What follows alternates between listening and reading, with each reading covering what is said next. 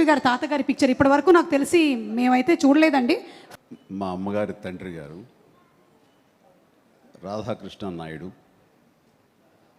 ఆయన నెల్లూరు వాసి, కానీ మొగల్తూరులో సెటిల్ అయ్యి అక్కడ స్టేట్ ఎక్సైజ్ ఇన్స్పెక్టర్గా రిటైర్ అయ్యారు ఆయన. అండ్ ఆయన నీకు ఎవరు పోలికలైనా ఎవరి బుద్ధి అని రావచ్చు, కానీ ఆయన బుద్ధులు మాత్రం రాకూడదురా అనేవాళ్ళు. ఎందుకంటే ఆయన రసికుడు.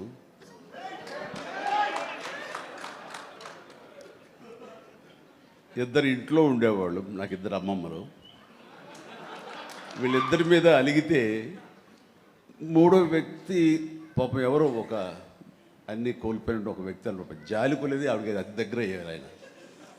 అలా 3 మనకు తెలిసి 4-5 ఉన్నాయేమో మనకు తెలియదు. అందుకని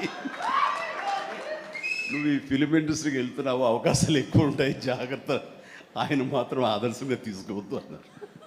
నేను తీసుకోలేదమ్మా.